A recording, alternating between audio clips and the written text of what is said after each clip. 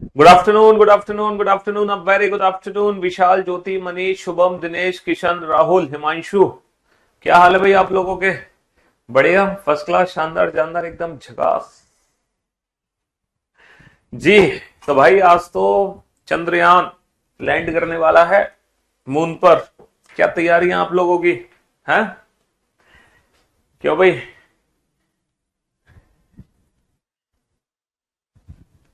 हम्म।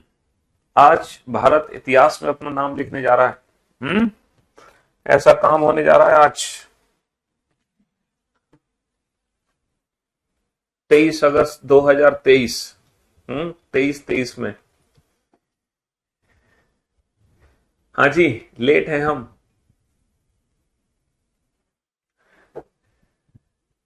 तो हम लोग आज डायरेक्शन चैप्टर को खत्म करने वाले हैं। फाइनली आज डायरेक्शन चैप्टर का लास्ट डे है और डायरेक्शन चैप्टर की संपूर्ण सेवा हो जाएगी समाप्त। बिल्कुल समाप्त। ठीक है, टाइप 1 पढ़ चुके हैं, टाइप 2 पढ़ चुके हैं, टाइप 3 पढ़ चुके हैं, टाइप 4 पढ़ चुके हैं, है ना? टाइप 5 पढ़ चुके हैं।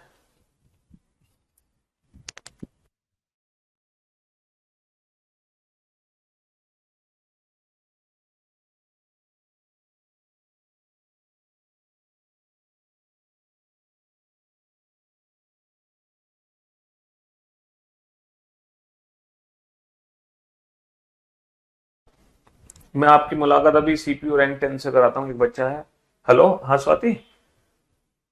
वो सीपीयू रैंक 10 वाला बच्चा चला गया है यहीं? उसको ना ऊपर स्टूडियो में भेज दो 6 नंबर में। मैं लाइव क्लास में ही बच्चों से इंट्रोडक्शन करा दूंगा। नहीं? है वही है वो। हम्म। हाँ जी। तो बच्चे आ रहे हैं और रेगुलर रेगुलर बेसिस पे बच्चे आ रहे हैं। सीपीयू में जो भी फिलहाल सेलेक्ट हुए हैं, क्योंकि अभी सीपीयू का रिजल्ट निकला है। ठीक है जी। प्रैक्टिस सेट सब मिल जाएगा, क्यों चिंता कर रहे हो? जब बच्चा आए सीपीयू रैंक 10, तो उसका स्वागत बेटा जोरदार तरीके से करना। ठीक है? क्योंकि ऐसे बच्चे होते हैं जो हमें मोटिवेट करते हैं, उनको देखकर हमें लगता है कि हम कल यहां हम होंगे। आज वो है, कल हम भी उसकी जगह होंगे। क्योंकि रियल मोटिवेशन यही होता है जब हम सेलेक्टेड स्टूडेंट्स को देखते हैं, सेलेक्टेड कैंडिडेट्स को देखते हैं। राहुल बेटा।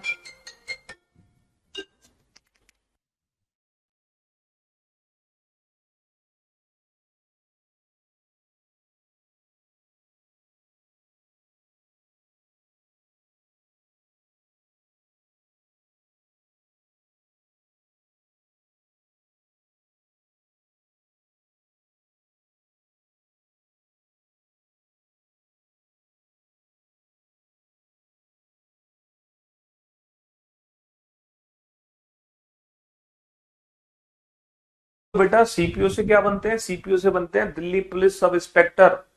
अबे तुम्हें ये नहीं पता सीपीयू से क्या बनते हैं? दिल्ली पुलिस सब इंस्पेक्टर बनते हैं भाई साहब। हैं? दिल्ली पुलिस में रोला करता है।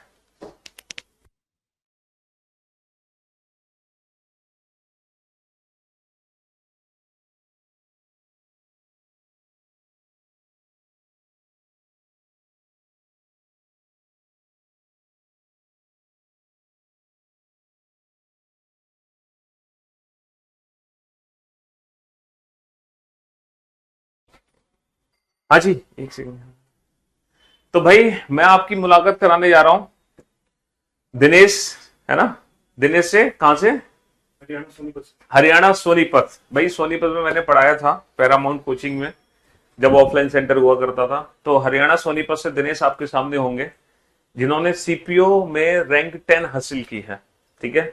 तो ये है आपके रियल मोटिवेशन जो आपके सामने आपको दिखाई देंगे। क्योंकि, है ना, वो जो मोटिवेशनल स्पीच बातें सुनते हैं उससे मोटिवेशन नहीं आता। मोटिवेशन आता है जब हम ऐसे कैंडिडेट्स को देखते हैं, सिलेक्टेड कैंडिडेट्स को, जो ऑलरेडी सेलेक्ट हो चुके हैं और जो हमारे सामने होते हैं रूबरू। तब हमें लगता है कि आज ये बच्चा यहां पर है, कल हम इसकी जगह होंगे, है ना?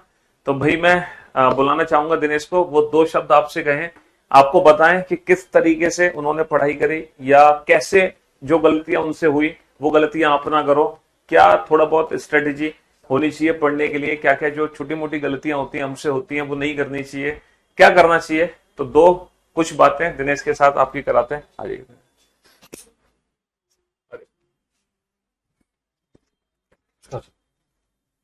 ये है, हाँ अब हेलो एवरीवन, मेरा नाम है दिनेश।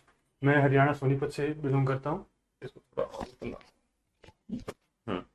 और मेरी एसएससी सीपीओ में 10th रैंक आई है। पीयूष सर से मैंने रीजनिंग पढ़ी है। तो मैं आप सभी को बस इतना ही कहना चाहूँगा, जो भी टीचर पढ़ाते हैं आप बस उस पर फोकस करो, जो वो गाइड करते हैं उतना ही पढ़ो, उसी को अच्छे से पढ़ो और बार बार रिवाइज करो। किसी भी एग्ज़ाम के लिए उतना ही सफिशियंट है। ये आपने अभी तक क्लास देखी होंगी, जो कमेंट्स हम लोग पढ़ते हैं वो इस तरीके से कमेंट्स आते हैं बच्चों के। जी सर। तो सारे बच्चे भाई कॉन्ग्रेचुलेशन, बधाई दे रहे हैं आपको। Thank you everyone. तो मतलब मेन ये है कि पहले तो देखो बच्चे क्या करते हैं, सिलेबस कंप्लीट नहीं करते हैं। जी सर। तो मेरा मानना है कि पहले एक बार सिलेबस कंप्लीट कर लेना चाहिए, बिल्कुल। और सिलेबस कंप्लीट करने के बाद प्रैक्टिस प्रॉपर तरीके से करनी चाहिए। मतलब जो असली मैं कहता हूं बच्चों से, वो आप अच्छे से बता पाओगे कि सिलेक्शन के लिए सिर्फ मेन होती है हमारी प्रैक्टिस। जितनी हम प्रैक्टिस करें बिल्कुल सर। उतना ही बेहतर है। जिसमें हम प्रैक्टिस, प्रीवियस ईयर क्वेश्चंस लगाए, मॉक टेस्ट लगाए, मेरे ख्याल से यही है जो सबसे ज्यादा फायदा करता है। बिल्कुल सर। भाई टीचर का काम है कि क्लास में ट्रिक्स बता देना, अप्रोचेस बता देना, लेकिन वो तो हर बच्चे को बताई जा रही है। लेकिन क्या सिलेक्शन हर बच्चे का हो रहा है? नहीं हो रहा। सिलेक्शन उन्हीं का हो रहा है जो उन ट्रिक्स और अप्रोचेस पे प्रैक्टिस कर रहे हैं, जो खुद मेहनत कर रहे हैं। क्योंकि बेटा सफलता आपको लेनी है, मुझे नहीं लेनी है ना। मैं तो सबको पढ़ा जाऊंगा, मैंने इनको पढ़ाया, इन जैसे कई और बच्चों को पढ़ाया जो सिलेक्ट भी नहीं हो रहे हैं। लेकिन इन्होंने खुद मेहनत करी, खुद कुछ अलग किया, तब जाके ये सिलेक्ट हुए। तो वही काम आपको करना है। जब तक आपके अंदर ये आग नहीं जलेगी ना कि मुझे ही करना है सर। कुछ बच्चे होते हैं जो 100% टीचर पे डिपेंड हो जाते हैं, मैं तो सर आपके पास आ गया, मेरा सिलेक्शन करा दो, कैसे होगा? तो ये चीजें हैं। तो भाई आप देख रहे हो इनको, ये कुछ दिन बाद आपको वर्दी में दिखाई देंगे, है? दिल्ली पुलिस सब इंस्पेक्टर में। और कुछ कहना है बच्चों से? मैं तो सभी से यही कहना चाहूँगा, आप जितना पढ़ सकते हैं उसे ज़्यादा से ज़्यादा रेगुलरिटी मेंटेन करने की कोशिश कीजिए। जो टीचर पढ़ा रहे हैं उसे जितनी बार आप रिवाइज कर सकते हैं रिवाइज करने की कोशिश कीजिए। एक पेपर नहीं तो दूसरा उसी में से आएगा जो टीचर ने आपको पढ़ाया है। बिल्कुल। आपकी बैकग्राउंड क्या थी? बैकग्राउंड एक बार बच्चों को बताओ। 10th और 12th आपने कहाँ से की है? 10th सर मैंने मेरे गांव के पास ही स्कूल है, उससे ही 10th तक मैं पढ़ा हूँ। उसके बाद 11th 12th मैंने सीबीएसई बोर्ड से की है, सोनीपत डिस्ट्रिक्ट से। और 10th तक आपका हरियाणा बोर्ड था? जी सर, 10th तक मेरा हरियाणा बोर्ड। और 11 12 सीबीएसई बोर्ड? सीबीएसई से की है। उसके बाद मैंने दिल्ली यूनिवर्सिटी से ग्रेजुएशन की है, मैथ ऑनर्स से। अच्छा, फिर आपने ग्रेजुएशन किया है दिल्ली यूनिवर्सिटी से मैथ ऑनर्स। जी सर। उसके बाद आपने कितने टाइम तैयारी करी? उसके बाद सर मैं पास आउट हुआ था 2019 में ग्रेजुएशन से। फिर मैं शुरू में ऑफलाइन बैच लिया राकेश यादव सर का, 1 डेढ़ साल उसमें लग गया और 2 साल लगे करीब मुझे, क्योंकि मैं तब ऑफलाइन पढ़ाई होती थी तो टाइम बहुत ज़्यादा लग जाता था। उसके बाद फिर मैंने कैरियर विल पे रीजनिंग आपसे और गोपाल वर्मा सर से इंग्लिश, बाकी चीज़ें मैंने ऑनलाइन पढ़ी हैं। और जब ये सब तैयारी होगी उसके बाद से फिर एक साथ कई एग्ज़ाम निकल जाते हैं। हाँ, मतलब एक चीज और है कि जो हम पढ़ा रहे हैं बच्चों को, बच्चों के एक मन में डाउट रहता है कि सर एक बार बताओ कि मैं सीपीओ के लिए जाऊं, कि सीजीएल के लिए जाऊं, कि सीएचएसएल के लिए जाऊं, क्योंकि हर महीने नया एग्जाम आता है। तो बच्चे बड़ा उसमें कंफ्यूज रहते हैं। मैं बच्चों को ये बोलता हूँ कि भाई तुम एक बार सिलेबस कर लो, जी सर। पूरा सिलेबस कर लो हर सब्जेक्ट का, और फिर जो एग्जाम आ रहा है उसके मॉक टेस्ट लगाना शुरू कर दो। तो क्या ये तरीका सही है कि पहले हम एक बार सिलेबस तैयार कर लें, फिर मॉक टेस्ट लगाएं उन एग्जाम्स के जो हमें देने हैं? पहले सबसे मैं यही कहना चाहूँगा सर, पहले आप शुरू में नोट्स बना लीजिए अपने प्रॉपर, अपना सिलेबस कवर कीजिए, नोट्स बना लीजिए। उसके बाद आप सबसे पहले नोट्स का रिवीजन कीजिए। कोई भी एग्जाम आपका आता है, जब एग्जाम में करीब 1 महीना करीब बच जाए, तब आप उस पर्टिकुलर एग्जाम के जितने ज़्यादा मॉक दे सकते हैं मॉक दीजिए। तो इससे अच्छी तैयारी हो जाती है आपकी। मैथ्स में कितना टाइम लगना चाहिए? जीएस कैसे तैयार करनी थी? जीएस कैसे तैयार करी आपने? वो सबका सर अपना अपना अलग तरीका है। जैसे जीएस के बारे में बात करें तो सिलेबस बहुत ही ज़्यादा है, तो आप एक पर्टिकुलर बुक को चूज कर लीजिए। या जैसे मैंने तो साइंस के लिए तो मैंने कैरियर पे एक बैच पढ़ा था साइंस स्पेशल का, वहाँ से मैंने वो करी थी। और जीएस के लिए मैं रियंत की एक बुक आती है वो पढ़ता था। जीएस के बारे में ऐसा हुआ, कभी कभी आपके पढ़े हुए में से नहीं भी आएगी, लेकिन आप ऐसा नहीं है कि इस बार ये बुक पढ़ ली अगली बार कुछ और भी पढ़ लिया। एक चीज पे स्टिक हो जाइए, उसे जितना अच्छे से तैयार कर सकते हैं कीजिए। एक बार नहीं तो अगली बार एग्जाम में उसमें से क्वेश्चन जरूर आएंगे और तब आप स्कोर कर सकते हैं। मतलब ये बात इन्होंने सही कही कि हमें एक चीज पे फोकस कर लेना चाहिए। समझ रहे हो, हम बहुत जल्दी में डगमगा जाते हैं। एक बार पढ़ा एग्जाम में कुछ दिखा, अरे ये तो गड़बड़ हो गई, दूसरी किताब खरीद, मतलब स्टडी मटेरियल तो इतना सारा इकट्ठा कर लेंगे और पढ़ने की जब बारी आएगी तो कुछ नहीं। तो एक चीज पकड़ो और उसको निचोड़ दो, निचोड़। अगर करियर विल पे कोई टीचर तुमने पकड़ा है, मैं अपनी बात नहीं कर रहा, किसी के लिए भी बात करूं, तो उस टीचर को निचोड़ दो। मतलब उस टीचर ने जो पढ़ाया वो सब पढ़ डालो, उसने जो प्रैक्टिस दिए वो सारे कर डालो, ठीक है। और अगर कोई बुक है तो वो लगा डालो, बस। उसके अलावा तो मेरे ख्याल से ये, और मुझे मुझे ऐसी फीलिंग्स होती है, शायद ही कोई बच्चा होता होगा कि टीचर जो क्लास में पढ़ा रहा है पूरा 100% सिलेबस कर पाता हो।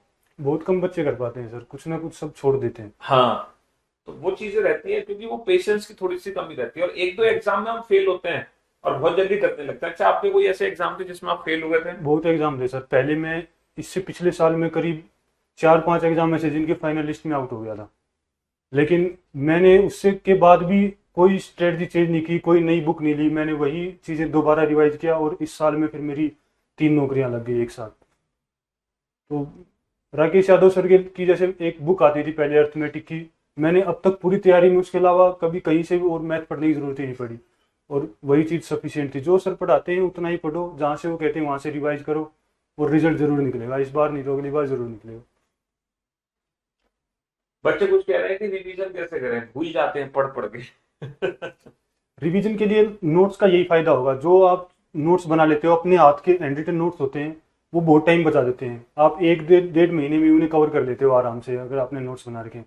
पेपर के में जब कम टाइम बच जाता है तो अपने नोट्स को रिवाइज कीजिए और ज़्यादा से ज़्यादा मॉक देने की, और मॉक देने का सबसे मेरा मानना है मॉक देने से भी ज़्यादा इंपॉर्टेंट है मॉक का एनालिसिस करना। ऐसा नहीं है कि सिर्फ देके उसे छोड़ दीजिए, जो क्वेश्चन आपसे नहीं हुए, कैसे होने थे, वो सब चीज़ें जरूर चेक कीजिए। तो मॉक का एनालिसिस करना बहुत जरूरी है। हाँ, सिर्फ मॉक टेस्ट देने से काम नहीं चलेगा, सर उसमें क्या कमी रह रही है। जब तक तुम अपनी, वो एक बहुत बढ़िया लाइन है ना, और वो आपने सुनी भी होगी कि क्या कमी नहीं, असफलता एक चुनौती है, इसे स्वीकार करो, और क्या कमी रह गई देखो और सुधार करो। जब तक सफल ना हो नींद चैन को त्यागो तुम, संघर्ष का मैदान यूं छोड़ के यूं ना भागो तुम, क्योंकि कुछ किए बिना जय जयकार नहीं होती, कोशिश करने वालों की कभी हार नहीं होती। तो आपको अपने अंदर की कमियां ढूंढनी पड़ेंगी, क्योंकि जो आपके अंदर कमी है ना, वो मुझे थोड़ी पता है, वो इनको थोड़ी पता है, वो किसी को नहीं पता, वो सिर्फ तुम्हें पता है। भाई इनके अंदर जो कमी थी, इन्होंने उस कमी पे काम किया। हर इंसान अगर अपनी कमी ढूंढ ले और उस पर काम कर ले तो सफलता निश्चित है। तो वो कमी आपको ढूंढनी है। और हम पूछते रहते हैं दूसरों से, सर बताओ रीजनिंग कितने घंटे पढ़े। अरे मैं कैसे बता दूं तुम रीजनिंग कितने घंटे पढ़ो, मैं तो पढ़ता ही नहीं रीजनिंग पूरे दिन में। या मैं कहूं मैं तो पूरे 24 घंटे रीजनिंग पढ़ता हूं, फिर तुम 24 घंटे पढ़ोगे रीजनिंग, है ना। तो हर इंसान का कैलिबर अलग है, हर इंसान का मेंटल लेवल अलग है। इस चीज को समझ लो, कंपैरिजन करना दुनिया में छोड़ दो किसी से कि कौन कितने घंटे पढ़ता है। तुम्हें अपने हिसाब से पढ़ना होगा अब, क्योंकि रिजल्ट आपको देना है, किसी और को नहीं देना। समझ रहे हो। वो क्या कहां से किए? वोकैब के लिए मैंने ब्लैक बुक पढ़ी है, कहीं से भी कर सकते हो। वोकैब कोई फिक्स तो है नहीं कि क्या आएगा, तो आप प्रीवियस ईयर भी कर लो, वो भी अच्छा है वोकैब के लिए। जैसे एक प्रीवियस ईयर की बुक आती है, नाम तो मुझे ध्यान नहीं आ रहा, लेकिन प्रीवियस ईयर की भी पढ़ी है मैंने वोकैब।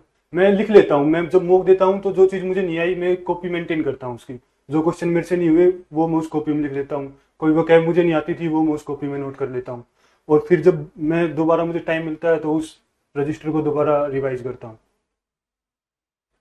समझे। तो वही है कि तैयारी करो मेहनत से, ये आपके सामने रियल मोटिवेशन है। इनसे बड़ा मोटिवेशन आपके लिए कोई और नहीं है, क्योंकि ये भी आप में से ही निकले हैं। ये आज यहाँ खड़े, कल को आप यहाँ खड़े रहोगे, है ना। और सीपीयू रैंक 10, क्योंकि जो भी रैंक लाते हैं बच्चे, चाहे सेलेक्ट हो रहे हैं, वो कोई ऐसा नहीं कि मंगल ग्रह से आ रहे हैं। कुछ बच्चे सोचते हैं ऐसा होता भी है क्या, कोई रैंक भी ला सकता है। तो ये आप में से निकले हैं, है ना। जब तक इनका रिजल्ट नहीं था ये आप ही की भीड़ के हिस्से थे, रिजल्ट आया आपसे अलग होगा। क्यों? क्योंकि उन्होंने वो मेहनत करी, है ना। मेहनत तो देखो करनी पड़ेगी, बिना मेहनत के बैठा बैठाए किस्मत नहीं चलती। चाहे आप भगवान का आशीर्वाद लेके आ जाओ, वो भी तभी मिलेगा, उसका भी फल तभी मिलेगा जब तुम खुद मेहनत करोगे, वरना वो भी बेकार है। हम भी फेल हुए सर, ऐसा नहीं है कि हम बस पास ही होते चले गए, हम भी बहुत बार फेल हुए। पर और कोई ऑप्शन क्या है, फेल होते हो तो दोबारा तैयारी करनी ही पड़ेगी, एक ऑप्शन बची है। तो भाई बहुत बहुत शुक्रिया भाई दिनेश आपका, है ना। चलो तो आपको मिल गया होगा मोटिवेशन, जो जानकारी आपको चाहिए हो, थोड़ा बहुत बूस्ट पंप आए कि नहीं आए आपके अंदर, है रोंगटे खड़े हुए, मेहनत करोगे कि नहीं करोगे आप, हैं क्यों भाई। चलो तो अब जम के मेहनत करना। अब मैं चाहूंगा कि, है ना, इनका जो मैंने समय लिया, आप चाय वाय पियो नीचे, है ना, मैं क्लास के बताता हूँ। हो गया ठीक है जी सर। ठीक है ठीक।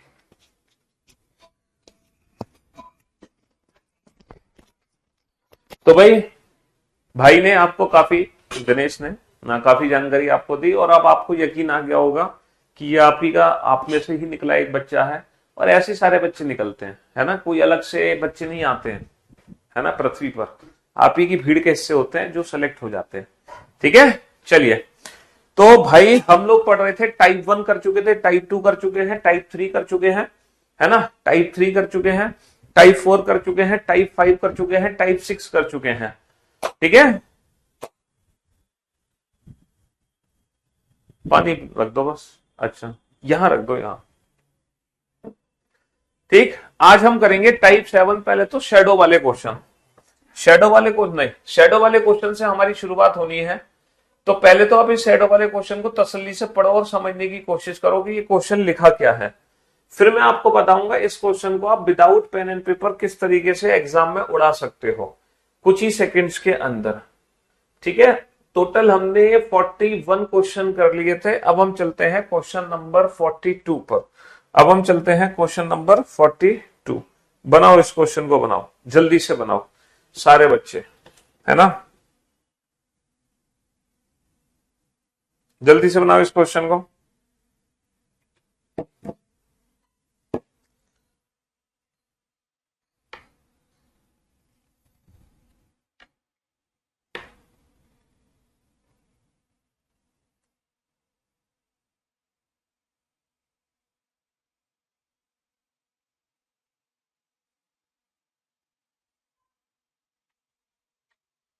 हम्म,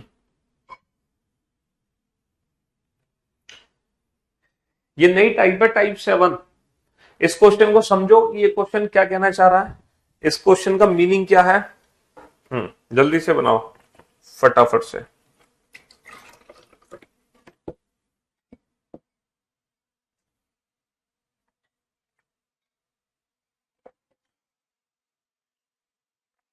देखो फिर बच्चा पूछ रहा है कि कितने घंटे पढ़ना चाहिए। अभी इसने इतना मोटिवेट किया आपको, मैंने समझाया भी, आपको अपना 100% देना है, अपना 100% बस। अब चाहे वो 10 घंटे का हो, 6 घंटे का हो, 4 घंटे का हो, 3 घंटे का हो, इससे फर्क नहीं पड़ता, बट आपको अपना 100% देना है ना। हाँ जी। एक सुबह दो दोस्त हैं, कविता और रीता, जो एक दूसरे से बातें कर रही थी। भाई कविता और रीता एक दूसरे से बातें कर रहे थे, एक सुबह दो दोस्त आपस में बातें कर रहे थे, बहुत बढ़िया। यदि इस समय कविता की परछाई रीता के ठीक बाईं ओर हो, यदि इस समय कविता की परछाई रीता के ठीक बाईं ओर हो, तो कविता का मुख किस दिशा में था। अभी एक बच्चा और आया हुआ है, उसकी रैंक 51 है, उस बच्चे का तो पहला ही अटेम्प्ट है और उसने फर्स्ट अटेम्प्ट भी निकाल दिया, समझ रहे हो, उससे भी मुलाकात करवाए। चलो पहले आप क्वेश्चन बना लो, अगर टाइम मिलता है तो उससे भी मुलाकात करवा देंगे आपकी। ठीक है, एक सुबह दो दोस्त कविता और रीता एक दूसरे से बातें कर रहे थे, यदि इस समय कविता की परछाई रीता के ठीक बाईं ओर हो, तो कविता का मुख किस दिशा में था। मेरे भाई मेरे दोस्त, अब मेरी बात को आप ध्यान से सुनना और ध्यान से समझने की कोशिश करना। ये जो शैडो वाले क्वेश्चन है ना, शैडो वाले जो क्वेश्चंस हैं, ये दो टाइप के बनते हैं शैडो वाले क्वेश्चन। ठीक है, एक तो केस बनता है मॉर्निंग का, और एक केस बनता है इवनिंग का, सुबह का और शाम का। ठीक है, ये दो केस बनते हैं। ठीक है, सुबह का केस बनता है और शाम का केस बनता है। ठीक है, सुबह, अच्छा ये बताओ सुबह कहाँ होता है, उनसे भी मुलाकात करवा दो। मतलब तुम्हारा पढ़ने का मन नहीं है आज, तुम्हें फुल मोटिवेट होना है। क्यों भाई, चलो मैं देखता हूं, आज तुम्हें फुल मोटिवेट होना है।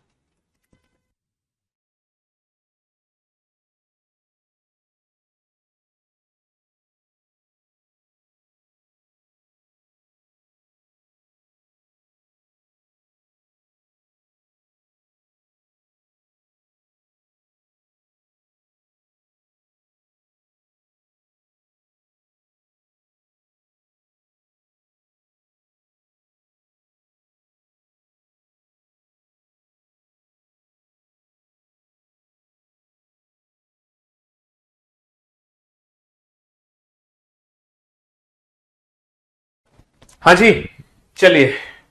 तो मेरे दोस्त, मेरे भाई, दो दोस्त हैं कविता और रीता, जो एक दूसरे से बातें कर रही है। तो ये जो केस बनता है ना, ये केस, दो केस बनते हैं। एक तो केस बनता है मॉर्निंग का और एक केस बनता है इवनिंग का। एक केस बनता है मॉर्निंग का और एक केस बनता है बाबू इवनिंग का। ठीक है, एक केस बनता है हमारा इवनिंग का। अच्छा ये बताओ, मॉर्निंग में सन कहाँ होता है? मॉर्निंग में सन कहाँ होता है? सर दुनिया जानती है, सुबह सुबह सन कहाँ होता है? पूरब दिशा की तरफ होता है भाई। सुबह सुबह सन कहाँ होता है? ईस्ट में होता है। सन हमारा ईस्ट में निकलता है। अच्छा, शाम को सन कहाँ होता है? अगर मैं मॉर्निंग की बात करूंगा, सुबह की, तो सन मेरा इस डायरेक्शन में होगा। और अगर मैं इवनिंग की बात करूंगा तो इवनिंग में मेरा सन इस डायरेक्शन में होगा। हमारे दो ही केस होंगे बाबू, मॉर्निंग और इवनिंग। मॉर्निंग और इवनिंग के अलावा आफ्टरनून का कोई केस नहीं बनता, है ना? आफ्टरनून का कोई और केस नहीं बनता है। सिर्फ और सिर्फ मॉर्निंग और इवनिंग का ही केस बनता है। या तो सुबह की बात करेंगे या हम शाम की बात करेंगे, इसके अलावा हम कोई बात नहीं करेंगे। ठीक है। दूसरी चीज कि जो हमारी शेडो बनती है, शेडो बाबू या तो बनती है लेफ्ट राइट हैंड पर, है ना, या फिर शेडो बनती है आगे पीछे। जैसे मान लो आप खड़े हो धूप में, अगर आप धूप में खड़े हो, ठीक है, अब आप मुझे एक बार बताओ, अगर आप धूप में खड़े हो तो आपकी परछाई बनने की संभावना कहां कहां है? सर या तो हमारी परछाई बनेगी हमारे दाईं तरफ, या फिर हमारी परछाई बनेगी हमारी बाईं तरफ, या फिर हमारी परछाई बनेगी हमारे आगे, या फिर हमारी परछाई बनेगी हमारे पीछे। ना तो परछाई कभी ऊपर बनती है, ना परछाई कभी नीचे बनती है। बनती है नीचे तब बनती है जब दोपहर के 12 बजे हो। लेकिन हम दोपहर के 12 बजे की बात नहीं कर रहे। दोपहर को 12 बजे सन जो होता है हमारे सर के ऊपर होता है ना, और परछाई बिल्कुल ये खत्म सी हो जाती है, एकदम नीचे होती है, बिल्कुल जीरो परछाई होती है। एक जीरो शैडो डे भी आता है। अभी 18 अगस्त को जीरो शैडो डे था, पता है आपको? 18 अगस्त को दोपहर को 12 बजे अगर आप धूप में खड़े होते, 12:26 पे, तो आपकी परछाई आपको दिखाई नहीं देती। ये जीरो शैडो डे था 18 अगस्त वाले दिन, अभी निकल के चुका है 10-12 दिन पहले। तो यहां पर जो हमारी परछाई बनती है, हेलो हेलो, हाँ शिवम, हाँ नमस्कार भाई। किससे? अच्छा, मैं अभी आ रहा हूँ नीचे। ये बताओ, ये अंशुल का इंटरव्यू हो गया, चल रहा है?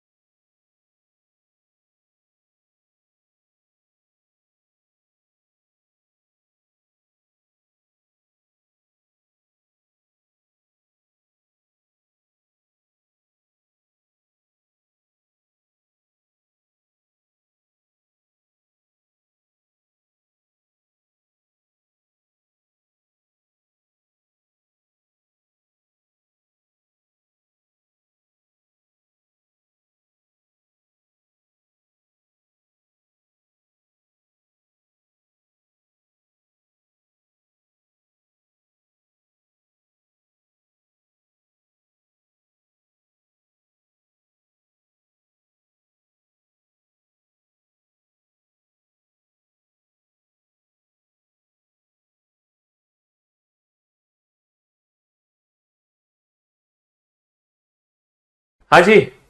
तो मेरे दोस्त, मेरे भाई, मैं आपको क्या समझा रहा था? परछाई सिर्फ दो बनती है, एक तो सुबह शाम की बनती है ना, सुबह शाम। या तो सुबह सन होता है मॉर्निंग में, सॉरी, मॉर्निंग की बात करेंगे तो सन होगा ईस्ट में, इवनिंग की बात करेंगे तो सन होगा वेस्ट में। और परछाई बनेगी सिर्फ चार जगह, या तो राइट लेफ्ट पे या आगे पीछे। ठीक है जी। अब आप मुझे एक बात बताओ, अगर परछाई मेरे राइट हैंड पे बनी है, अगर परछाई मेरे राइट हैंड पर बनी है तो सन कहां पर है? सर सन लेफ्ट पर है। अच्छा, परछाई अगर लेफ्ट हैंड पे बनी है तो सन कहां है? सर सन राइट हैंड पे है। अगर परछाई मेरे आगे बनी है तो सन कहां है? सन पीछे है। और अगर परछाई मेरे पीछे बनी है तो सन कहां है? सन मेरे आगे है। यानी कि सन हमेशा परछाई के विपरीत दिशा में होगा। जहां सन होगा उसके ठीक विपरीत दिशा में परछाई बनेगी। जहां सन होगा उसके ठीक विपरीत दिशा में परछाई बनेगी। हाँ सर, बिल्कुल बनेगी। अब मैं इस क्वेश्चन का पहले तो आपको प्रैक्टिकल करके दिखाता हूं, है ना, फिर मैं आप लोगों को ये question without pen and paper solve करके दिखाऊंगा। पहले मैं एक छोटा सा प्रैक्टिकल कर दूं इस क्वेश्चन का, फिर बिना पेन पेपर के इस क्वेश्चन को करेंगे। देखो, दो दोस्त हैं कविता और रीता, वो एक दूसरे से बातें कर रही हैं। ठीक है, दो दोस्त हैं कविता और रीता, वो एक दूसरे से बातें कर रही हैं। इनमें से कोई एक कविता है, एक रीता है। अच्छा, ये वो पर्सन है जिसका फेस नॉर्थ में है, तो ये इसका लेफ्ट हैंड हो जाएगा, ये इसका राइट हैंड हो जाएगा। ये वो पर्सन है जिसका फेस साउथ में है, तो ये इसका लेफ्ट हैंड हो जाएगा, ये इसका राइट हैंड हो जाएगा। तो बाबू ये तो नॉर्थ वाले के राइट और लेफ्ट हैंड हो गए, और ये साउथ वाले के लेफ्ट और राइट हैंड हो गए। समझ गए? बहुत बढ़िया। अब आप मुझे एक बात बताओ, ये जो क्वेश्चन है ये सुबह का क्वेश्चन है, सुबह। अगर मैं सुबह की बात करूंगा तो सन कहाँ है ये बताओ। सन किधर है? पूरब में, पश्चिम में, उत्तर में या दक्षिण में? कहां पर है सन? सर सन पूरब में है। सर मुझे एक बात बताओ, मुझे एक चीज ये समझ नहीं आई कि सर आपको कैसे पता कि दोनों का फेस नॉर्थ और साउथ है? आपने जो फेस है वो ईस्ट और वेस्ट क्यों नहीं लिया? सर आपने जो फेस है वो नॉर्थ ईस्ट और साउथ वेस्ट क्यों नहीं लिया? आपने ये वाले फेस क्यों नहीं लिए? आपने यही फेस क्यों लिए डायरेक्ट? हमें कैसे पता चलेगा? तो भाई साहब, जब भी परछाई लेफ्ट और राइट हैंड पे पड़ती है, जब भी परछाई बाईं ओर और दाईं ओर बनती है ना, हमेशा जो फेस होगा ना वो नॉर्थ और साउथ में होगा। एक चीज याद रखना, जब भी परछाई, जब भी शैडो, जब भी परछाई हमारे लेफ्ट और राइट हैंड पे बनेगी, तो जो व्यक्तियों के फेस होते हैं वो नॉर्थ और साउथ होते हैं, हमेशा याद रखना। और जब भी हमारी शैडो बनती है, कहां? आगे या पीछे? आगे या पीछे? अगर शैडो हमारी बनती है आगे या पीछे, है ना, तो जो फेस होता है, तो फिर फेस होता है ईस्ट और वेस्ट में। ये दो केस होते हैं बेटा शैडो के, ये दो केस होते हैं, ये दो केस होते हैं। पहला केस ये होता है, दूसरा केस ये होता है ना। तो यहां पर जो परछाई बन रही है वो लेफ्ट राइट हैंड पे बन रही है, इसीलिए हम फेस ना नॉर्थ और साउथ में लेंगे। ठीक है? हाँ जी। और वो एक दूसरे से बातें कर रही है फेस टू फेस, इसीलिए हमने दोनों के फेस एक दूसरे की तरफ किए हैं। ठीक है? हमने ऐसे नहीं बनाए ऐसे करके। अगर मैं ऐसे बना दूंगा तो इन दोनों के फेस एक दूसरे की तरफ नहीं होंगे। भाई साहब इन दोनों के फेस एक दूसरे की तरफ है, तो हमने फेस ऐसे बना दिए। चलिए साहब, अब मुझे एक बात बताओ, परछाई कहां बनेगी? सर परछाई बनेगी इस साइड। परछाई का बनेगी? परछाई इस साइड बनेगी। परछाई का बनेगी? परछाई इस तरफ बनेगी। अगर सूरज इधर से निकला है, अगर सूरज इधर से निकला है तो परछाई बनेगी इस तरफ। अब मुझे एक बात बताओ, परछाई कहां बनी है इस समय? कविता की परछाई। बेटा दोनों की ही परछाई इधर बनेगी, कविता से फर्क ही नहीं पड़ता। किसकी परछाई है उससे कोई लेना देना नहीं है, किसकी परछाई है उससे कोई लेना देना नहीं है। कविता की परछाई रीता के ठीक बाईं ओर है। बेटा रीता के ठीक बाईं ओर है। अब आप मुझे बता सकते हो इन दोनों में से रीता कौन है? इन दोनों में से रीता कौन है ये बताओ, बताओ कौन है रीता? सूरज यहां निकला है, परछाई बनेगी यहां, है ना। कविता की परछाई है उससे कोई लेना देना नहीं है, लेकिन परछाई जो है रीता के बाईं तरफ है। तो इन दोनों में से कौन सी रीता है? क्या ऊपर वाली रीता है? सर ऊपर वाली रीता कभी नहीं हो सकती। क्यों? क्योंकि इसके तो दाईं तरफ है परछाई, ऊपर वाली के तो दाईं तरफ परछाई है, इसलिए ऊपर वाली कभी रीता नहीं हो सकती, है ना। नीचे वाली ही रीता है 100%, 100% नीचे वाली ही रीता है, क्योंकि परछाई ना बाईं तरफ है, क्योंकि परछाई है बाईं तरफ, है ना। परछाई कहां है? परछाई बाईं तरफ है, किसके? रीता के। इसलिए नीचे वाली रीता है और ऊपर वाली कविता है। ये था बिल्कुल बेसिक कंसेप्ट इस क्वेश्चन का। इस क्वेश्चन को हमने बिल्कुल बेसिक मेथड से सॉल्व कर दिया, लेकिन ये मेथड हम एग्जाम में यूज नहीं करेंगे, ये मेथड हम एग्जाम में यूज नहीं करेंगे, समझ रहे हो। हम एग्जाम में एक ऐसी ट्रिक यूज करेंगे जिससे मुश्किल से 2 सेकंड लगेंगे, 2 सेकंड, और हमारा आंसर आ जाएगा।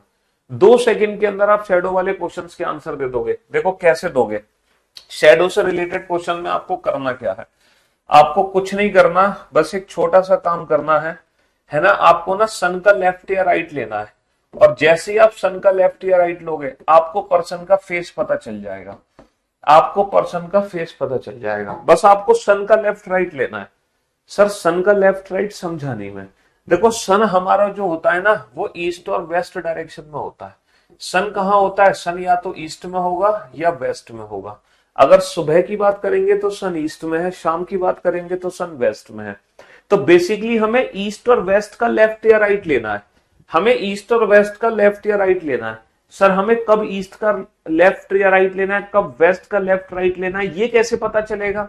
ये तब पता चलेगा, देखो ये जो क्वेश्चन है ये क्वेश्चन है सुबह का। सुबह का मतलब सन किस डायरेक्शन में है? सर सुबह का मतलब सन ईस्ट डायरेक्शन में है। यानी कि हमें ईस्ट का लेना है, जो भी लेना है हम ईस्ट का लेंगे, हम वेस्ट का नहीं लेंगे। अगर सन होता बेटा वेस्ट डायरेक्शन में तो हम वेस्ट का लेते, लेकिन सन ईस्ट डायरेक्शन में, इसलिए हम ईस्ट का लेंगे। क्या लेंगे, लेफ्ट या राइट? बेटा जहां पे परछाई है वो लो। परछाई कहां पर है? परछाई है रीता के बाईं तरफ, परछाई है बाईं तरफ लेफ्ट हैंड पे, इसीलिए ईस्ट का लेफ्ट लोगे जहां परछाई है। अगर परछाई राइट हैंड पर होती तो हम ईस्ट का राइट लेते, परछाई लेफ्ट हैंड पर है तो हम ईस्ट का लेफ्ट लेंगे। बस यही है, खत्म खत्म। ईस्ट का लेफ्ट क्या होता है? ईस्ट का लेफ्ट होता है ईस्ट से 90 डिग्री एंटी क्लॉकवाइज। ईस्ट का लेफ्ट होता है नॉर्थ, ईस्ट का लेफ्ट होता है नॉर्थ। तो बाबू पर्सन का फेस कहां आ गया? पर्सन का फेस नॉर्थ में आ गया। ईस्ट का लेफ्ट क्या होता है? ईस्ट का लेफ्ट होता है नॉर्थ, तो पर्सन का फेस नॉर्थ में आ गया, खत्म। पर्सन का फेस नॉर्थ में आ गया, ईस्ट का लेफ्ट नॉर्थ होता है, पर्सन का फेस नॉर्थ में आ गया। लेकिन यहां पे तो दो पर्सन है, कविता और रीता। सर आपको ये कैसे पता चलेगा ये फेस है किसका, कविता का या रीता का? तो बेटा जिसके बाईं और दाईं तरफ परछाई है, जिसके लेफ्ट और राइट हैंड पे परछाई है, ये फेस उसी का है। ये बताओ, ये रीता के बाईं तरफ है, ये रीता के बाईं तरफ है, इसीलिए ये रीता का फेस है ना? ये किसका फेस है? रीता का। And when two person talk to each other face to face, तब दोनों का फेस एक दूसरे के विपरीत होगा। अगर रीता का फेस नॉर्थ में है तो डेफिनेटली कविता का फेस ठीक इसके विपरीत दिशा में होगा, यानी कि साउथ में। अब हमारे एग्जाम में इन दोनों में से किसी एक का फेस पूछा जाएगा। बताओ किसका फेस पूछा गया है? हमसे पूछा गया है कविता का मुख किस दिशा में है, हमसे पूछा गया है कविता का मुख किस दिशा में है। तो कविता का मुख किस दिशा में है? कविता का मुख साउथ डायरेक्शन में है। हाँ? कविता का फेस किस डायरेक्शन में? साउथ में है। हाँ जी, तो भाई आपको अब हम सेकंड रियल मोटिवेशन है ना से मुलाकात कराना चाहते हैं। अभी आपने मुलाकात करी थी दिनेश से, है ना, जिनकी रैंक 10 थी। अब आपको हम दूसरा रियल मोटिवेशन देना चाहते हैं, क्योंकि असली मोटिवेशन यही है। हाँ, मैं भाषण दूं आपको, 4 लाइनें कविता गा दूं, वो मोटिवेशन नहीं है। मोटिवेशन है जब सिलेक्टेड कैंडिडेट, सिलेक्टेड बच्चा आपके सामने आता है। ठीक है, तो मैं बुलाना चाहूंगा भाई अंशुल को, जिन्होंने रैंक 10 हासिल की है सीपीओ में, सॉरी रैंक 51 हासिल की है सीपीओ में, और वो आपको बताएंगे कि उनके क्या स्ट्रगल रहा, कैसे उन्होंने तैयारी करी, और क्या कमियां थी जो आप लोगों को नहीं करनी चाहिए। वो भी अपनी तरफ से थोड़ी सी एडवाइस आपको देंगे कि क्या आपको करना चाहिए और क्या नहीं करना चाहिए, है ना। जो नहीं करना चाहिए, साउंड को क्या हो गया, साउंड देखना एक बार, नहीं बच्चे जा रहा, not clear, not clear, voice not clear. Hello hello hello, एक सेकेंड, कभी हेलो, अब देखना बेटा, आवाज परफेक्ट आ रही है? अब सही आ रही है आवाज, एकदम परफेक्ट। हाँ जी, सीपीओ के लिए डिग्री की जरूरत है या नहीं? हाँ, ग्रेजुएशन तो करनी पड़ेगी ना भाई। दिल्ली पुलिस सब इंस्पेक्टर, तुम यार दिल्ली पुलिस में थाने में लगने वाले हो, हैं, और तुम डिग्री नहीं चाहिए तुम्हें? हाँ, साउंड एकदम परफेक्ट है, अब कोई दिक्कत? एकदम परफेक्ट है। तो भाई अब मैं बुलाना चाहूंगा अंशुल को, ठीक है, आप उनका स्वागत करिए और वो आपको कुछ बातें बताना चाहेंगे। अंशुल सीपीओ रैंक 51, और ये है, इन्होंने फर्स्ट अटेम्प्ट में निकाला है ना, इन्होंने पहले अटेम्प्ट में रैंक हासिल की है ना। चलिए, थैंक यू सर, यहाँ बुलाने के लिए। मेरे को ये मौका सर बड़ी मुश्किल से मिला है। पहले आपको देखते थे क्लास में और बच्चे आते थे, तो आज उसी जगह सर हम आ रहे हैं सर, बस आपसे पढ़ के ही सर। तो भाई अंशुल आपको अपना पहले तो बताओ, 10th 11th 12th का बैकग्राउंड क्या रहा तुम्हारा? सर 11th 12th में सर मेरे पास नॉन मेडिकल थी सर। तो देखो, नॉन मेडिकल मतलब मेडिकल वाले बच्चे हो? सर मैथ्स थी, बायो नहीं। अच्छा, ओके, मैथ्स, हाँ हाँ जी सर। तो मैथ्स थी, तो मतलब रीजनिंग में तो फिर से दिक्कत तो सर एग्जाम लेवल पे सभी को आती है। तो जैसे मैंने आपसे, नहीं, आपने ग्रेजुएशन कर ली, हाँ जी सर। उस ग्रेजुएशन का पास आउट हुआ है? सर 2021 में। अच्छा, 2021 में, 2021 में ही पास आउट है। फिर ग्रेजुएशन के बाद घर वालों ने बोला तैयारी करो हाँ जी सर। सरकारी नौकरी की। हाँ जी सर। फिर क्या विचार आया, कैसे पता चला कि किस एग्जाम की तैयारी करूं? बस सर वही एग्जाम्स ये थे, जैसे ग्रेजुएशन लेवल पे एक तो यूपीसी था सर, उसमें तो हुआ था कि काफी साल लग जाते हैं, तो फिर दूसरा सीजीएल था। ओके, तो फिर उसके बाद सर सीजीएल की तैयारी शुरू करनी की, तो उसके बाद सर लॉकडाउन लगा था, तो करियर भी ऐप से मैंने तैयारी शुरू की थी उसके बाद। अच्छा, लॉकडाउन में आपने करियर लैब को पकड़ा, हाँ जी सर। फिर वहां पे आपने कौन कौन से सब्जेक्ट लिए? सर मैंने मैथ्स ली थी सर, राकेश यादव सर की, और हाँ। जीएस भी ली थी, और गोपाल वर्मा शर्मा की इंग्लिश की थी, और आपसे रीजनिंग की थी सर। तो भाई इस बच्चे ने, इन्होंने, अंशुल ने चारों बैच यहाँ से लिए, हाँ है जी ना? सर, बिल्कुल। मैथ्स भी लिया राकेश सर का, हाँ जी इंग्लिश गोपाल सर का, जीएस भी इन्होंने लिया, हाँ और जी सर। रीजनिंग। हाँ जी सर। क्योंकि देखो, जब पहली बार हम तैयारी करते हैं ना, तो अभी मैंने दिनेश के सामने भी आपको बताया था, जब हम पहली बार तैयारी कर रहे होते हैं तो एक बार हमें सिलेबस पूरा करना जरूरी होता हाँ है। जी सर। तो इन्होंने बिल्कुल सही काम किया। देखो, इन्होंने पहली बार में ही सही काम कर दिया। बहुत सारे बच्चे कर नहीं पाते, वो क्या करते हैं, एक आध सब्जेक्ट पढ़ लेते हाँ हैं, जी एक दो साल उनकी ऐसी निकल जाती हाँ है। जी सर, बिल्कुल। इस बच्चे ने पहली बार में ही चारों सब्जेक्ट ले डाले, हाँ तो जी चारों सब्जेक्ट की अच्छे से तैयारी कर ली। हाँ जी फिर सर। देख लो आज ये कहाँ पर है। सर जैसे किसी भी टॉपिक में दिक्कत नहीं है, जैसे रीजनिंग में बच्चे सोचते हैं कि वैसे हो जाएगा, लेकिन किसी टॉपिक में दिक्कत है पता नहीं चले, तो एक बार सिलेबस कंप्लीट कर लो, उसके बाद सर किसी टॉपिक में दिक्कत आए नहीं।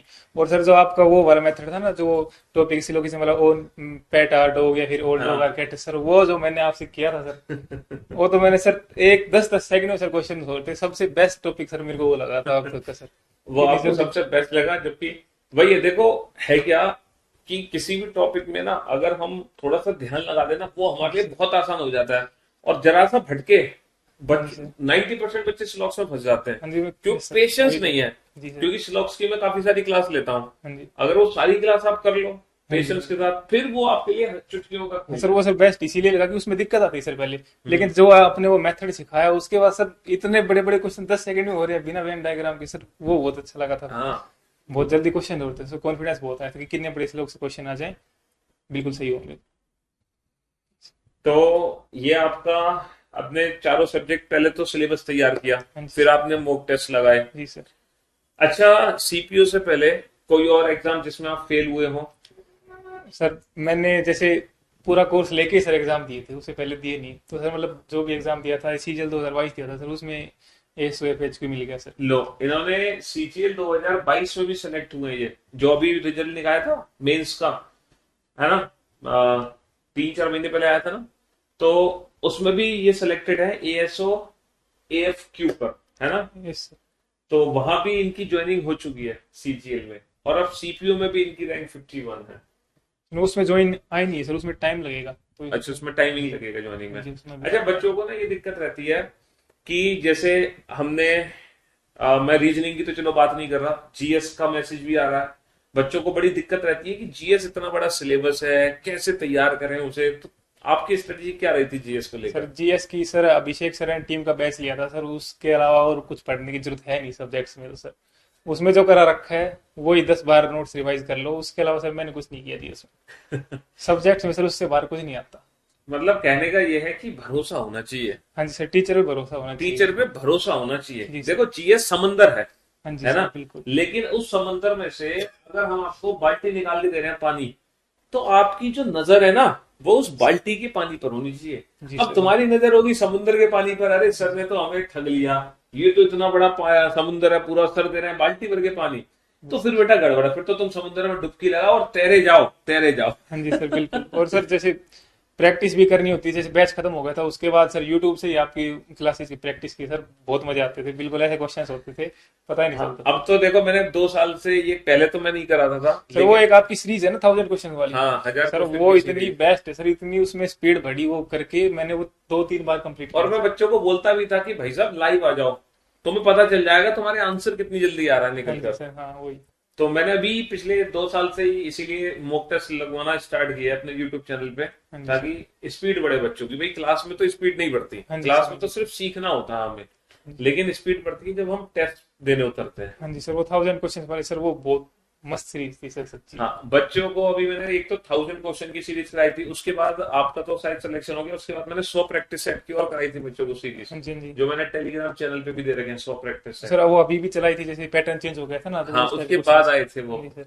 लेकिन उससे पहले आप सही बता रहा हूँ, लेकिन मैं पूरे 100 क्वेश्चन नहीं करा पाया था, 850 क्वेश्चन कराए थे मैंने शायद, हाँ जी, हाँ जी। 850 क्वेश्चन के आसपास कराए थे। वो इसलिए सीरीज होती है ना, एक्चुअली होता क्या है, वहां पर एक एक क्वेश्चन हमारे द्वारा बनाया हुआ होता है, हाँ जी सर। एक एक क्वेश्चन हम खुद बनाते हैं, जी एक एक क्वेश्चन तरीके के साथ, बहुत उसको एनालाइज करके, हाँ जी। इसलिए वो चीजें आ जाती हैं। तो भाई जीएस में इन्होंने बताया कि जो पढ़ाया जा रहा है उस पर भरोसा रखो, इधर उधर दिमाग मत भटकाओ, दिनेश ने भी ये बात बोली थी कि हो सकता है एक एग्जाम में आपके क्वेश्चन ना फंसे, लेकिन जरूरी नहीं दूसरे एग्जाम में नहीं हाँ आए, जी, आएंगे जरूर जिसमें आएंगे। किस्मत अच्छी होगी उसमें आ जाएंगे सर, हाँ बिल्कुल। मगर आएगा वहीं से जो पढ़ा है सर। हाँ हाँ। अब बच्चे बता रहे हैं vocab कैसे तैयार करें।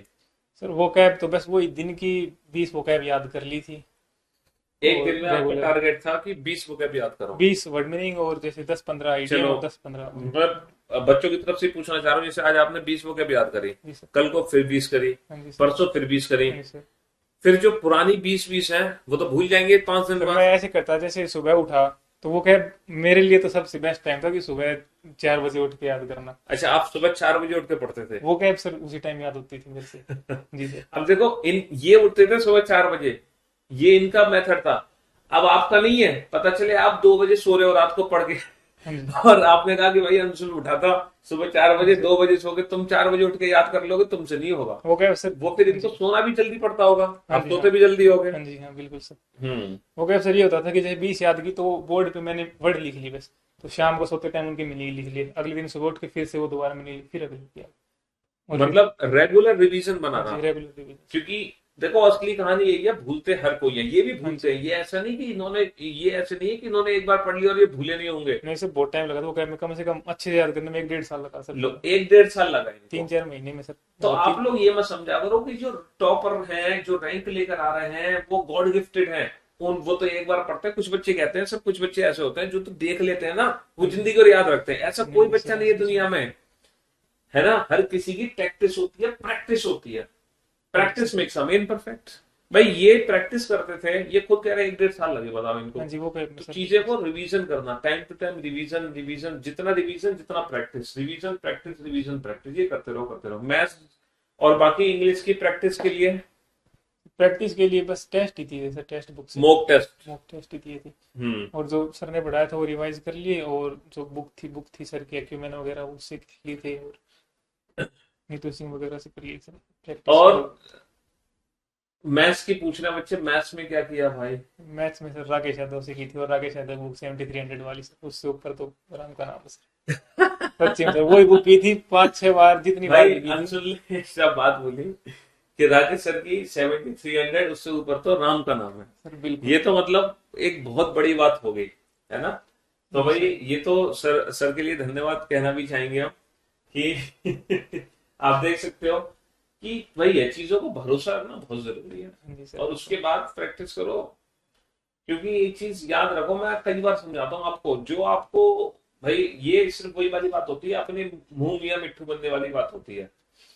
कि मैं आपको समझाता हूँ, करियर बेस्ड एप्लीकेशन अगर आपको मिल गई ना, तो ये समझ लो आपकी बहुत अच्छी किस्मत थी जो तुम यहाँ टकरा गए। हाँ जी नहीं सर, बिल्कुल सर। मैं आज तक दिल्ली नहीं आया कोचिंग के लिए, मैंने सिर्फ करियर वेब से घर से ही की सर, आज ही आया हूँ दिल्ली में। नहीं, आप इस बात को मानते हो कि आपको मिलेगी, शायद हम बहुत, मेरी किस्मत अच्छी रही कि मुझे इतना अच्छा प्लेटफॉर्म मिला। और जो बच्चे इसकी कद्र कर लेता है ना, जिसको ये बात पता चल जाती है, कभी कभी ऐसा होता है कि घर की मुर्गी दाल बराबर, हाँ जी, हाँ जी सर। बच्चे को एहसास ही नहीं होता कि मेरे हाथ क्या लग गया, वो फिर वही मन भटक भटक इधर उधर, तो फिर भटकते ही रह जाओगे। सर करियर भी लैप है तो मतलब आपको घर से बाहर जाने की जरूरत नहीं है। जरूरत नहीं है, यही तो समझाते हैं बच्चों को, थोड़ा सा ऊपर कर लो बच्चे के वो। हाँ जी सर। हाँ, तो इसीलिए भैया जो मिला है तुम्हें, तुम्हारी बहुत अच्छी किस्मत है। बस अब तुम डेडिकेटली आंख बंद करके मेहनत करते रहो। जो टीचर करा रहा है, सबसे ज्यादा जरूरी है कंटेंट एक बार सिलेबस पूरा करना क्लासेस के थ्रू। हाँ जी सर, बिल्कुल। बहुत सारे बच्चे पूरी क्लास नहीं करते, नहीं सर, मैंने सिलेबस पूरा करके ही एग्जाम दिया था, तो कोई दिक्कत नहीं आई सर। तो वही चीज हो जाती है। आप लोग ना पढ़ना तो शुरू कर देते हो, लेकिन पूरा नहीं करते हो उसको, बीच बीच में छोड़ छोड़ के भागने लगते हो, हाँ जी सर। और ये सबसे बड़ी कमी है ना। मैं भी आज तक जिस एग्जाम में सेलेक्ट नहीं हुआ ना, मैं मेरा खुद का पर्सनल आपको एक्सपीरियंस बता रहा हूँ। उसके पीछे कारण ये था, मैंने आईईएस का पेपर दिया था, है ना, मेरे बहुत अच्छे स्कोर था, है ना। बीटेक करने के बाद एक गेट की कोचिंग होती है, हाँ जी सर। तो मैंने गेट की तैयारी करी थी। उसके बाद मैंने गेट का एग्जाम दिया, बहुत अच्छी रैंक आई। फिर उसमें एक आईईएस का पेपर होता है इलेक्ट्रॉनिक्स एंड कम्युनिकेशन ब्रांच के लिए। हाँ जी, हाँ जी। पता है, उस आईएएस के पेपर में टेक्निकल सब्जेक्ट्स आने थे सारे, और उसके साथ आनी थी जीएस। अच्छा। और मैं जीएस का चोर बचपन से, तो मैंने कोचिंग करी, तैयारी करी थी, लेकिन जब जीएस की क्लासेस लगती थी, मैं बंक, मैंने जीएस की क्लास नहीं करी, तो नहीं हुआ सिलेक्शन उसमें। तो वही चीज है, आप जिस चीज से भागोगे वो तुम्हारा पीछा नहीं छोड़ेगा, वही तुम्हारा मतलब कारण है एक न सफल होने का। ठीक है। हाँ जी सर, बिल्कुल। और बच्चे कह रहे हैं कंप्रीहेंशन कहाँ से करें। वो तो बस जो प्रीवियस ईयर थे सर, वो तो प्रैक्टिस प्रीवियस ईयर से होंगे सर, उनमें तो जो एग्जाम में अगर माइंड सही रहा तो हो जाएंगे, और दिक्कत आ गई तो सर वही मॉक से ही होंगी सर, मॉक से ही की थी। हाँ, तो बच्चे कह रहे हैं मतलब भाई मॉक लगाओ, प्रैक्टिस करो, सारी चीजें करो, है ना। हाँ जी सर। कंप्यूटर में क्या करना है, आपके में कंप्यूटर थोड़ी था, पढ़ा था कंप्यूटर। सीजल 2022 में आया था सर हाँ, कंप्यूटर। तो कंप्यूटर के लिए क्या किया था आपने। कंप्यूटर में सर मैंने पीडीएफ की थी सर, वो आरबी सर सोम जैन सर की। तो कंप्यूटर उन्होंने पीडीएफ से कर ली थी, हाँ जी सर। थोड़े से मतलब क्वेश्चंस ले लिए वहां से कर हाँ जी, लिए। वो क्वालिफाइंग था तो इसलिए उसको ये ज्यादा की नहीं सर। और कुछ पूछना भाई आप लोगों को। तो यही है, इनसे बड़ा मोटिवेशन आपकी जिंदगी में कोई नहीं है। ठीक है, ये आप ही की भीड़ का हिस्सा है, आप ही से निकल कर आए हैं जो आज यहाँ पर मौजूद हैं। ठीक है, इनको देख लो और मोटिवेट हो जाओ। ठीक है, current affair, English grammar. Current affairs में सर पता ही नहीं, एक बार किए थे 2000 क्वेश्चन, एक भी क्वेश्चन आया नहीं, उसके बाद की नहीं सर। फिर उसके बाद जो जीएस के सब्जेक्ट्स हैं सर, उन्हीं पे ध्यान दीजिए, बस उन्हीं से बहुत अच्छे मार्क्स आ जाते थे। क्योंकि जीएस में भी तो स्टैटिक जीके पढ़ा दी जाती है। हाँ जी हाँ वही। और आजकल करंट अफेयर वो वाली तो आती नहीं है, सब स्टैटिक जीके वाली हाँ करंट जी अफेयर हाँ है। बस बिल्कुल। अब वो सब बैच में करा दी सर जाती है। सब्जेक्ट अच्छे हो गए तो ये हो जाता है कि 50 में से 20 नंबर तो कहीं गए नहीं सर, 20 नंबर बहुत होते हैं, उसके बाद बहुत जो होते हैं। एक्स्ट्रा सिर्फ सब्जेक्ट्स के 20 नंबर बहुत हैं सर, जितने क्वेश्चन उनमें सारे मिल जाएंगे सर। हम्म। एक बच्चा कह रहा है सभी सिलेक्टेड स्टूडेंट हरियाणा के हैं क्या। देखो मैं आपको बताऊं, ये जो दिल्ली पुलिस है सीपीयू, इसमें आधे से ज्यादा जो बच्चे होते हैं वो हरियाणा के होते हैं, क्योंकि हरियाणा वाले बच्चों का एक ड्रीम जॉब है ये, दिल्ली पुलिस में नौकरी लेना, हाँ जी है ना। सर। हाँ जी तो हरियाणा के बच्चों की ये ड्रीम जॉब होती है दिल्ली पुलिस में नौकरी लेना, है ना। इसीलिए सीपीयू में जैसे हमारा रैंक 1 बच्चा आया था, वो भी हरियाणा का था। हाँ जी ठीक है, रोहतक का बच्चा था वो। हाँ जी और आपकी रैंक 51 है, आप महेंद्रगढ़ से हैं। हाँ जी और दिनेश जिसकी अभी रैंक 10 था, वो बच्चा भी कहाँ का है, सोनीपत का है, वो भी हरियाणा से। हाँ जी तो हरियाणा के बच्चों में क्रेज होता है सीपीओ के लिए, दिल्ली पुलिस के लिए।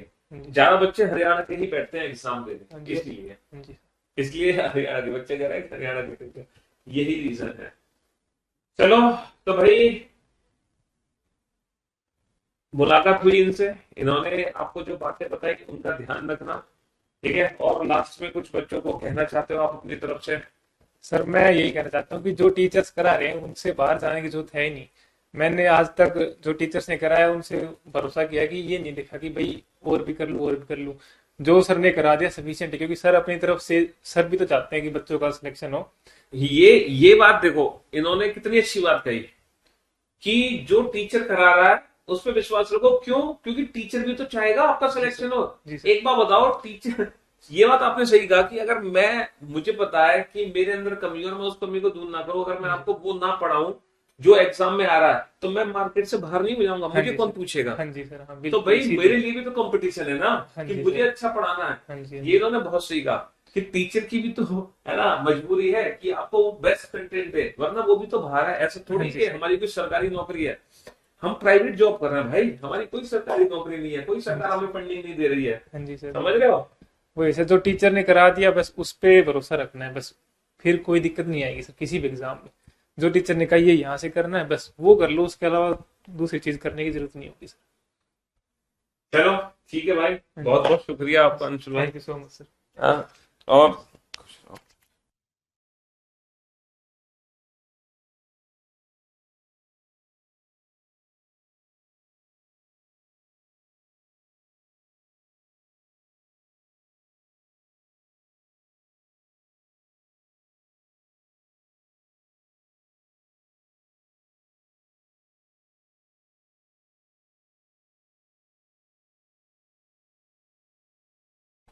हाँ जी, तो मेरे भाई ये है असली मोटिवेशन। दो बच्चों से मुलाकात करा रही तुम्हारी, रैंक 10, रैंक 51, और ऐसे कई बच्चे आने लग रहे हैं। ये तो समझ लो, मैंने तो बच्चे से बात भी नहीं करी थी, मैं तो अचानक से करियर विल ऑफिस आया क्लास लेने, बच्चे बैठे हुए थे। तो कई बच्चे तो आके चले गए जिनसे मैं मिल भी नहीं पाया, क्योंकि मेरी क्लासेस कहीं 2-3 जगह होती है दिल्ली में, है ना। मेरे घर भी स्टूडियो में, वहां से भी क्लासेस ले लेता हूँ। कभी ऑफिस से क्लास लेता हूँ, कभी कहीं से क्लास लेता हूँ। तो वो तो अचानक से मैं आज करीबन ऑफिस आया, क्योंकि इसलिए आया क्योंकि शाम को भाई हम चंद्रयान के सेलिब्रेशन करने आए हैं, है ना, मून पे लैंडिंग होने वाली है, बस उस रीजन की वजह से मैं यहाँ पर आया, वरना मैं आता भी नहीं। तो ये बच्चे दोनों मिल गए, तो ये आपकी अच्छी किस्मत थी, है ना, कि ये बच्चे आपकी क्लास के समय मुझे मुलाकात हो गई इनसे, और आपको भी इनसे मोटिवेशन मिल गया।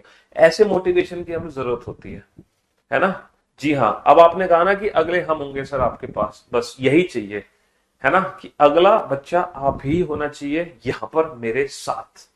ठीक, तो मुझे ऐसा लग रहा है कि आज की क्लास हमें मोटिवेशन के साथ ही समाप्त करनी चाहिए। ठीक है, हाँ जी।